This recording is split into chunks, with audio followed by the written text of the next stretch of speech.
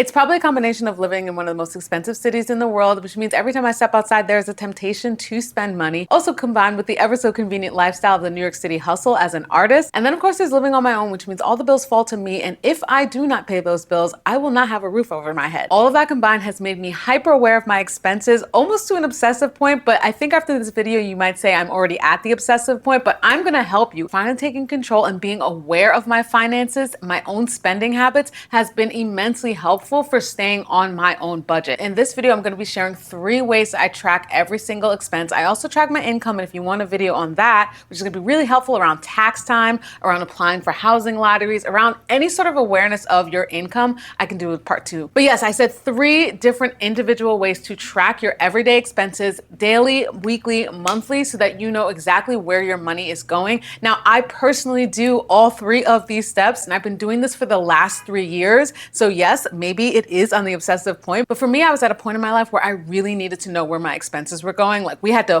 wake it up, okay? So if you want to overachieve for the sake of your expenses, do all 3 of these things. Join me in the club. But if you're just getting started, one of these 3 steps is going to be so incredibly ideal for you. So let's dive in right away. These 3 things helped me, especially in my videos from a couple years ago where I was paying down my debt, becoming debt-free. I use these tips and tools to kickstart that and to create that awareness. Number 1 is to track all your expenses in your phone.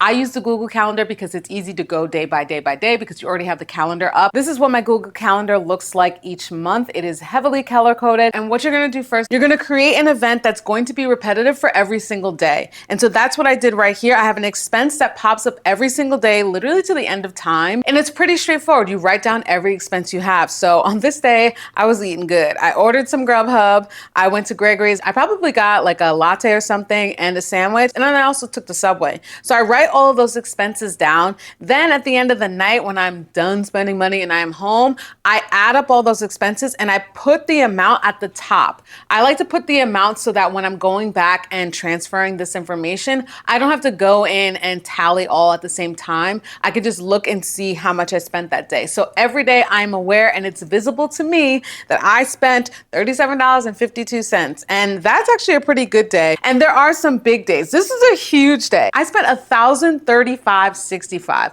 What in the heck? What was going on there? But if I look, I see that it was Best Buy, and it was because of the camera that I'm shooting on right now. And I made a deposit at a hair salon that I was going to, if you guys need to know all the specifics. Psychologically, when you're looking at your calendar and you see a big expense that day, it's not something that you want to be repetitive. I want to be seeing the 0 expense days. I want to be seeing low, maybe $20 or less. So with this tracking, I'm beginning to notice these trends. This is an example of a week when I was paying down debt and I really didn't have much expenses during the week. So I've got 0. I just have MetroCard, and then I had $20 for laundry, but obviously it was cash because it's in parentheses. And then you can see as we get to the weekend, then I allowed myself a little bit more flexibility. And then I would hop back into my 0 expense days. Tracking your expenses daily in your calendar is literally the easiest thing. You're always on your phone. I've been at the register, put my order in, and as I'm like walking away, I'm just writing down what that receipt total was so that I'm keeping myself accountable. It is so incredibly possible. It's my number 1 way for you to just get tracking immediately. Like, you can start that today. Going back to when I was striving for debt free,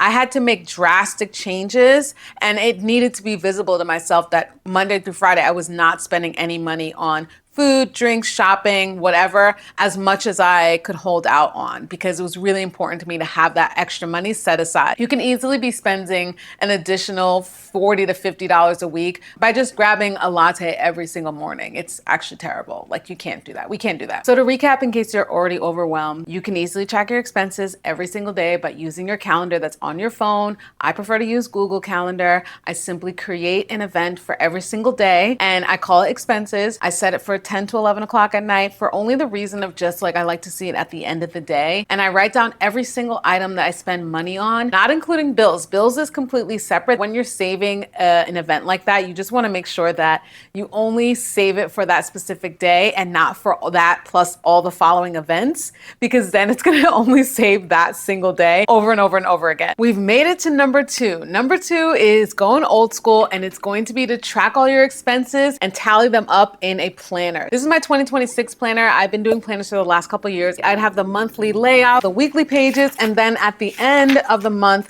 I would have what I call my spending summary. With the spending summary or a monthly budget overview, all of the daily tallies that you've been using for your expenses, you're going to add those up. You're also going to categorize them, which is really helpful for like shopping, transportation, groceries, eating out. You're also going to be tracking your income so that at the end of the month, after you've added everything up, you would see what your total expenses were, your total income was, and then things like monthly savings and monthly investment. Once I got an awareness of it, I was like, oh my gosh, other people need to know about this. This would be so helpful, and how can I make it easier? So I had the planners for the last couple of years. If you were looking for something strictly for your money, I created a budget planner. This one's called On My Money, but I have a bunch of others that I sell on Amazon and other places as well. And so what I would do is that I have daily expense pages that you can just write everything that you spent. Then I would have a notes section, and then at the end of the month would be that same spending summary or the monthly budget that you could then track everything, bills checklist as well, and when it's due and what the amount is. This is what I'm gonna be using next year because like I said, I'm not coming out with another planner. So I'm just gonna be focusing on the budget planner, and that is how I do my tracking. Tracking in a physical planner is so instrumental because you are taking the time to slow down, to write everything and log it. Whereas, when we're on our phone, we just do it quick and go. But no, I'll show you an older month. I even do the math in here and how I add everything up.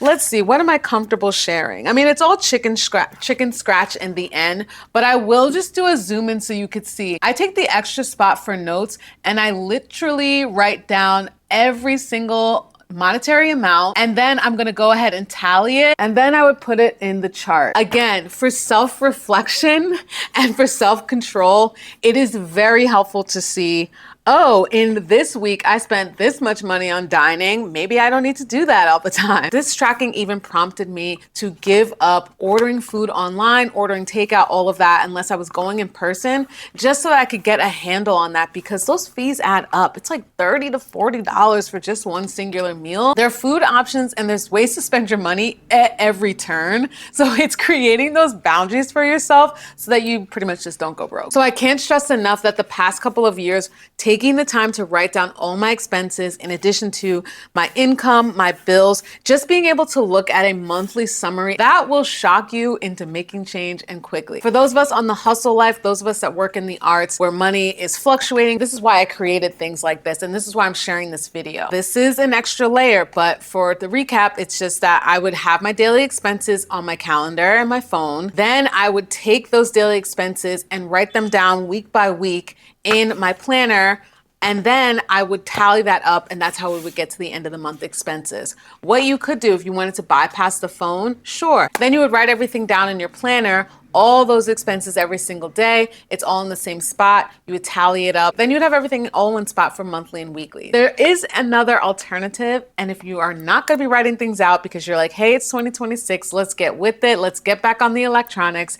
We can absolutely do so. Digital era, you can also track everything on an expense sheet. And let me just say, I have it on my computer, my iPad, and my phone. So it is everywhere with me, and it is that serious. So what I use is not Google Sheets. It's actually Airtable, and I freaking love it. I'm gonna try to make this as easily straightforward as I can. It's a lot of information, but it is so helpful. The reason why I use Airtable is that it was the easiest thing. I felt like I could understand how to set up all my tables without wanting to throw all these electronics across the room. I was able to track all my expenses in a spreadsheet workspace for 2023, 2024, and 2025 before it was like, hey, you've reached your max.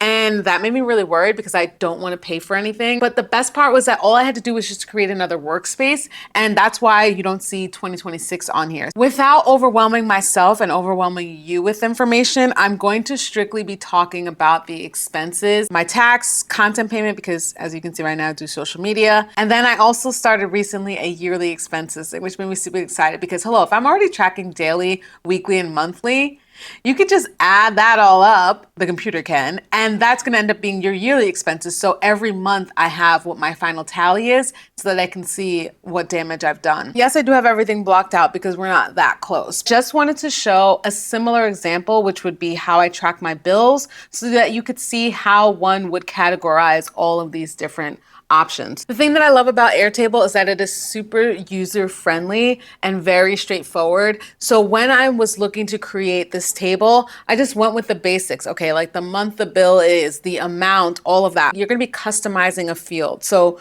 for example, if I wanted to create a new section, you'd have the name. You could do single line of text, choose a long text box. You could choose that box to be an attachment, a checkbox, multiple select or single select. You could color code it, which is so convenient. That's why I have so many different colors. I wish they had even more colors, but hey, you know, there's gonna be some repeats, but it's fine. If you wanna sort it from date, you can group it, which I'm doing right now is by the month. There's filters involved. You don't have to be a wizard in any sort of way. It's very straightforward. Obviously, it's gonna be overwhelming at first. And again, I can carry this on the go everywhere. I have it on my computer. I have it on my iPad. It's also available in app on your phone so that you can update it as you go. Wanna create a separate space for just all of this expense information? You can create charts and tables through Airtable for free, and that's another way to keep track of your money and your budget. As I said before though, there is a max. I forget what it is right now, but I'll put it on the screen because I already hit it, but I hit it after 3 years. That's really impressive.